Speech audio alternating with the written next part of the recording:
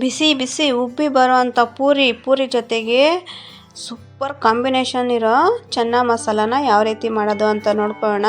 ಒಂದು ಸಲ ಟ್ರೈ ಮಾಡಿ ನೋಡಿ, ತುಂಬಾ ಚೆನ್ನಾಗಿ ಬರುತ್ತೆ. ಇದ್ರ ಕಾಂಬಿನೇಷನ್ ಅಂತೂ ಅಲ್ಟಿಮೇಟ್. ತಿಂತಾ ಇದ್ದರೆ ಇನ್ನೂ ಬೇಕು ಅನಿಸ್ಬೇಕು, ಅಷ್ಟು ರುಚಿಯಾಗಿರುತ್ತೆ. ಬನ್ನಿ ಯಾವ ರೀತಿ ಮಾಡೋದು ಅಂತ ನೋಡ್ಕೊಳ್ಳೋಣ. ನಾನು ಮೊದಲಿಗೆ ಪೂರಿ ಮಾಡೋದಕ್ಕೆ ಹಿಟ್ಟನ್ನ ಕಲಿಸ್ಕೊತಾ ಇದ್ದೀನಿ. 1 ಕಪ್ ಆಗೋಷ್ಟು ಗೋಧಿ ಹಿಟ್ಟನ್ನ ಹಾಕ್ಕೊತಾ ಇದ್ದೀನಿ.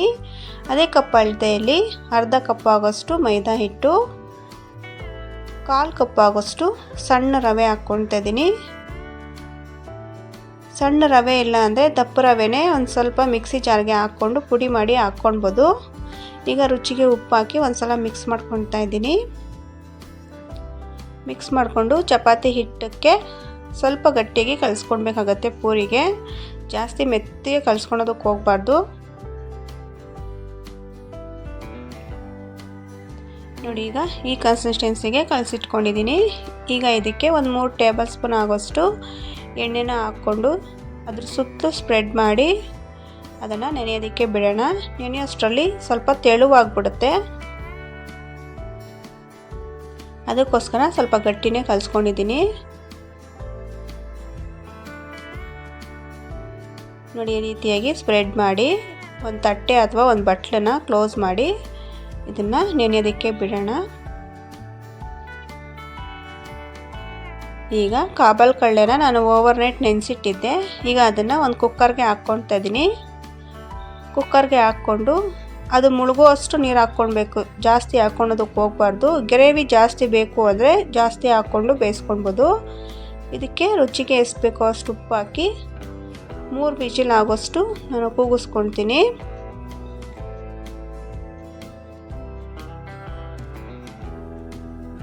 ಮೂರು ವಿಜಿಲ್ ಸಾಕಾಗುತ್ತೆ. ತುಂಬಾ ಚೆನ್ನಾಗಿ ಬೆಂದ್ಕೊಂಡ್ಬಿಡುತ್ತೆ ಮೆತ್ತಗೆ. ಈಗ ಅದು ವಿಜಿಲ್ ಬರೋಷ್ಟರಲ್ಲಿ ಒಗ್ಗರಣೆ ಮಾಡ್ಕೊಂಬಿಡೋಣ. ಒಂದು ಪಾತ್ರೆಗೆ ಎಣ್ಣೆ ಹಾಕ್ಕೊಳ್ತಾ ಇದ್ದೀನಿ. ಎಣ್ಣೆಗೆ ಸ್ವಲ್ಪ ಸಾಸಿವೆ ಜೀರಿಗೆ ಹಾಕ್ಕೊಂಡು ಅದು ಸ್ವಲ್ಪ ಫ್ರೈ ಆದಮೇಲೆ ಇದಕ್ಕೆ 2 ಪೀಸ್ ಆಗೋಷ್ಟು ಚಕ್ಕೆನ ಹಾಕ್ಕೊಳ್ತಾ ಇದ್ದೀನಿ. 2 ಪಲಾವ್ ಎಲೆ ಹಾಕ್ಕೊಂಡು ಒಂದು ಸ್ವಲ್ಪ ಫ್ರೈ ಆದಮೇಲೆ ಒಂದು ಕಡ್ಡಿ ಕರಿಬೇವು ಹಾಕ್ಕೊಂಡಿದ್ದಾದಮೇಲೆ ಸಣ್ಣದಾಗಿ ಚಾಪ್ ಮಾಡಿಟ್ಕೊಂಡಿರೋ ಈರುಳ್ಳಿನ ಹಾಕ್ಕೊಳ್ತಾ ಇದ್ದೀನಿ. ತುಂಬಾ ಸಣ್ಣಗೆ ಕಟ್ ಮಾಡ್ಕೊಳ್ಬೇಕು. ಆವಾಗಲೇ ನಮಗೆ ಗ್ರೇವಿ ಅನ್ನೋದು ತುಂಬಾ ಚೆನ್ನಾಗಾಗುತ್ತೆ. ನೋಡಿ, ಎಷ್ಟು ಸಾಧ್ಯ ಆಗುತ್ತೋ ಅಷ್ಟು ನಾನು ಚಿಕ್ಕದಾಗಿ ಕಟ್ ಮಾಡ್ಕೊಂಡಿದ್ದೀನಿ. ನಾನು ಈರುಳ್ಳಿ ಚಾಪ್ ಮಾಡೋ ಬೋರ್ಡ್ ಇದೆ, ಅದರಲ್ಲಿ ನಾನು ಕಟ್ ಮಾಡ್ಕೊಂಡಿದ್ದೀನಿ. ಈಗ ಈರುಳ್ಳಿ ಚೆನ್ನಾಗಿ ಸ್ವಲ್ಪ ಫ್ರೈ ಆದಮೇಲೆ ಇದಕ್ಕೆ 1 ಟೇಬಲ್ ಸ್ಪೂನ್ ಆಗೋಷ್ಟು ಶುಂಠಿ ಬೆಳ್ಳುಳ್ಳಿ ಪೇಸ್ಟ್ನ ಹಾಕ್ಕೊಳ್ಬೇಕು. ಶುಂಠಿ ಬೆಳ್ಳುಳ್ಳಿ ಪೇಸ್ಟ್ ಹಾಕ್ಕೊಂಡಿದ್ದಾದಮೇಲೆ ಅದರಲ್ಲಿರೋ ಹಸಿ ಸ್ಮೆಲ್ ಎಲ್ಲ ಹೋಗೋವರೆಗೂ ಫ್ರೈ ಮಾಡ್ಕೊಳ್ತಾ ಇರಬೇಕು. ಈರುಳ್ಳಿ ಚೆನ್ನಾಗಿ ಕಲರ್ ಚೇಂಜ್ ಆಗಿಬಿಡಬೇಕು. ಅಲ್ಲಿವರೆಗೂ ಚೆನ್ನಾಗಿ ಮಿಕ್ಸ್ ಮಾಡ್ಕೊಳ್ತಾ ಫ್ರೈ ಮಾಡ್ಕೊಳ್ಬೇಕು. ನೋಡಿ, ಎಷ್ಟು ಕಲರ್ ಚೇಂಜ್ ಆಗಿದೆ. ಇಷ್ಟು ಕಲರ್ ಚೇಂಜ್ ಆಗೋವರೆಗೂ ಮಿಕ್ಸ್ ಮಾಡ್ಕೊಂಡು ಫ್ರೈ ಮಾಡ್ಕೊಂಡಿದ್ದಾದಮೇಲೆ 2 ಟೊಮೊಟೊನ ತಗೊಂಡಿದ್ದೆ. ಅದನ್ನು ಮಿಕ್ಸಿಯಲ್ಲಿ ಪೇಸ್ಟ್ ಮಾಡಿ ಅದನ್ನು ಕೂಡ ಹಾಕ್ಕೊಳ್ತಾ ಇದ್ದೀನಿ. ಟೊಮೊಟೊ ಚಿಕ್ಕದಾಗಿ ಕಟ್ ಮಾಡಿ ಕೂಡ ಹಾಕ್ಕೊಬೋದು, ಪೇಸ್ಟ್ ಮಾಡಿ ಕೂಡ ಹಾಕ್ಕೊಬೋದು. ಈಗ ಟೊಮೊಟೊ ಪೇಸ್ಟ್ ಹಾಕ್ಕೊಂಡಿದ್ದಾದಮೇಲೆ ಚೆನ್ನಾಗಿ ಫ್ರೈ ಮಾಡಿಕೊಂಡು ನೋಡಿ, ಈಗ ಎಣ್ಣೆ ಬಿಟ್ಕೊಳೋ ಟೈಮಲ್ಲಿ ಇದಕ್ಕೆ ಮಸಾಲೆ ಇಂಗ್ರೀಡಿಯೆಂಟ್ಸ್ ಎಲ್ಲ ಹಾಕ್ಕೊಳ್ಳೋಣ. 1 table spoon garam masala, 1 table spoon ಖಾರದ ಪುಡಿ, ಅರ್ಧ ಟೇಬಲ್ ಸ್ಪೂನ್ ಅರಿಶಿನ ಪುಡಿ, 1 ಟೇಬಲ್ ಸ್ಪೂನ್ ಧನಿಯಾ ಪುಡಿ ಹಾಕ್ಕೊಂಡು ಚೆನ್ನಾಗಿ ಮಿಕ್ಸ್ ಮಾಡ್ಕೊಳ್ಳೋಣ. ಅದ್ರ ಜೊತೆಗೆ 2 ಟೇಬಲ್ ಸ್ಪೂನ್ ಆಗೋಷ್ಟು ಮೊಸರನ್ನ ಹಾಕ್ಕೊಳ್ತಾ ಇದ್ದೀನಿ. ಮೊಸರನ್ನ ನೋಡಿ ಹಾಕ್ಕೊಳ್ಳಿ, ಯಾಕಂದರೆ ನಾವು ಟೊಮೊಟೊನ ರುಬ್ಬಿ ಹಾಕ್ಕೊಂಡಿರ್ತೀವಲ್ಲ, ಮೊಸರು ಅಂದರೆ ಹುಳಿ ಇಷ್ಟಪಡೋರು ಸ್ವಲ್ಪ ಮೊಸರನ್ನ ಹಾಕ್ಕೊಂಡ್ರೆ ಚೆನ್ನಾಗಿ ಬರುತ್ತೆ. ಹುಳಿ ಇಷ್ಟ ಇಲ್ಲ ಅನ್ನೋರು ಟೊಮೊಟೊ ಪೇಸ್ಟೇ ಸಾಕಾಗುತ್ತೆ. ಈಗ ಅದನ್ನೆಲ್ಲ ಚೆನ್ನಾಗಿ ಮಸಾಲದೆಲ್ಲ ಹಸಿ ಸ್ಮೆಲ್ ಹೋಗೋವರೆಗೂ ಹುರ್ಕೊಂಡಿದ್ದಾದಮೇಲೆ ಮತ್ತೆ ಎಣ್ಣೆ ತೇಲಿ ಬಂದಿರುತ್ತಲ್ಲ, ಸೊ ಆ ಟೈಮಲ್ಲಿ ನಾವು ಬೇಯಿಸಿಟ್ಕೊಂಡಿರೋ ಕಾಬಲ್ ಕಳ್ಳೆ ನೀರನ್ನೆಲ್ಲ ಹಾಕ್ಕೊಂಡು ಮಿಕ್ಸ್ ಮಾಡ್ಕೊಳ್ತಾ ಇದ್ದೀನಿ. ಈಗ ನಾವು ಕಾಬಲ್ ಕಳ್ಳೆ ಬೇಯಿಸೋವಾಗೆ ನಾವು ಆಲ್ಮೋಸ್ಟ್ ಸ್ವಲ್ಪ ಉಪ್ಪು ಹಾಕ್ಕೊಂಡಿರ್ತೀವಲ್ಲ, ಈಗ ಉಪ್ಪು ಖಾರ ಬೇಕು ಅಂದರೆ ಟೇಸ್ಟ್ ಮಾಡಿಕೊಂಡು ಒಂದು ತಟ್ಟೆನ ಕ್ಲೋಸ್ ಮಾಡ್ಕೊಳ್ತಾ ಇದ್ದೀನಿ. ನೋಡಿ, ಎಣ್ಣೆ ಎಲ್ಲ ಮೇಲೆ ತೇಲಿ ಬಂದಿದೆ ಅಲ್ಲ, ಒಂದು 5 ನಿಮಿಷ ಆಗೋವರೆಗೂ ಐ ಫ್ಲೇಮಲ್ಲಿ ಇಟ್ಕೊಂಡ್ರೆ ಚೆನ್ನಾಗಿ ನೋಡಿ ಈ ರೀತಿಯಾಗಿ ಎಣ್ಣೆ ಬಿಟ್ಕೊಂಡು ಬಂದ್ಬಿಡುತ್ತೆ. ಆವಾಗ ತುಂಬಾ ಗ್ರೇವಿ ಚೆನ್ನಾಗಿರುತ್ತೆ ಅಂತ ಅರ್ಥ. ನೋಡಿ ಎಷ್ಟು ಚೆನ್ನಾಗಿ ಚೆನ್ನ ಮಸಾಲೆಗೆ ಎಲ್ಲ ಮಸಾಲ ಹಿಡ್ದಿರುತ್ತೆ ಚೆನ್ನಾಗೆ. ಈಗ ಇದಕ್ಕೆ ಲಾಸ್ಟಲ್ಲಿ ಚಿಕ್ಕ ಚಿಕ್ಕದಾಗಿ ಕಟ್ ಮಾಡಿ ಇಟ್ಕೊಂಡಿರೋ ಕೊತ್ತಂಬರಿ ಸೊಪ್ಪು ಹಾಕಿದ್ರೆ ಚೆನ್ನ ಮಸಾಲ ರೆಡಿ ಆಗಿಬಿಡುತ್ತೆ. ನಿಮಗೆ ಇನ್ನೂ ಸ್ವಲ್ಪ ಗಟ್ಟಿ ಬೇಕು ತೆಳು ಬೇಕು ಅಂದರೆ ನೀರನ್ನ ನೀವು ನಿಮ್ಗೆ ಎಷ್ಟು ಇಷ್ಟ ಆದಷ್ಟು ಹಾಕ್ಕೊಂಡು ಗ್ರೇವಿ ಮಾಡ್ಕೊಬೋದು. ಈಗ ಲಾಸ್ಟಲ್ಲಿ ಕಸ್ತೂರಿ ಮೆಥಿ ಸ್ವಲ್ಪ ಹಾಕ್ಕೊಂಡು ಕೊತ್ತಂಬರಿ ಸೊಪ್ಪನ್ನ ಕಟ್ ಮಾಡಿ ಹಾಕ್ಕೊಂಡು ಮಿಕ್ಸ್ ಮಾಡ್ಕೊತಾ ಇದ್ದೀನಿ. ಈಗ ಸ್ಟವ್ನ ಆಫ್ ಮಾಡಿಬಿಟ್ಟು ನಾವು ಪೂರಿ ಮಾಡೋದಕ್ಕೆ ರೆಡಿ ಮಾಡ್ಕೊಳ್ಳೋಣ. ಪೂರಿ ಹಿಟ್ಟು ಕೂಡ ಚೆನ್ನಾಗಿ ನೆಂದಿರುತ್ತೆ, ತುಂಬಾ ರುಚಿಯಾಗಿರುತ್ತೆ. ಮಾಡ್ಕೊಂಡು ತಿನ್ನಿ ಒಂದ್ಸಲ.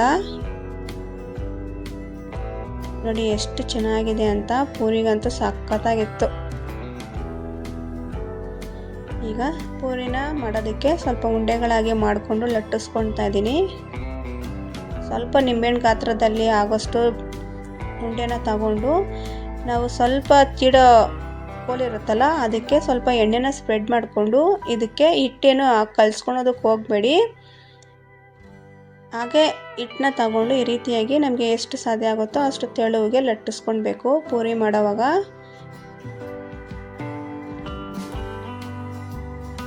ನೋಡಿ ನಾನು ಇಷ್ಟು ಚಿಕ್ಕ ಚಿಕ್ಕದಾಗಿ ಮಾಡ್ಕೊಳ್ತಾ ಇದ್ದೀನಿ. ನೋಡಿ ಎಷ್ಟು ಚೆನ್ನಾಗಿ ಉಬ್ಬಿ ಬರ್ತಾಯಿದೆ ಅಂತ.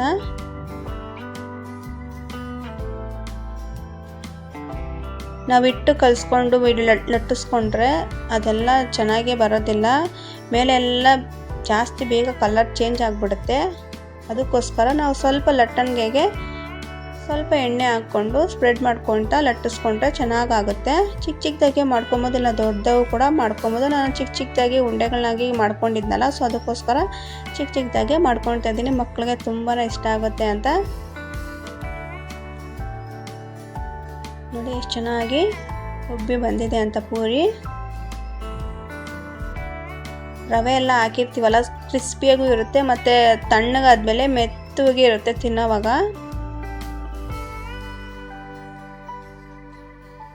ನೋಡಿ ಕಲರ್ ಕೂಡ ಎಷ್ಟು ಚೆನ್ನಾಗಿ ಆರೆಂಜ್ ಕಲರ್ ಬಂದಿದೆ ಅಲ್ಲ.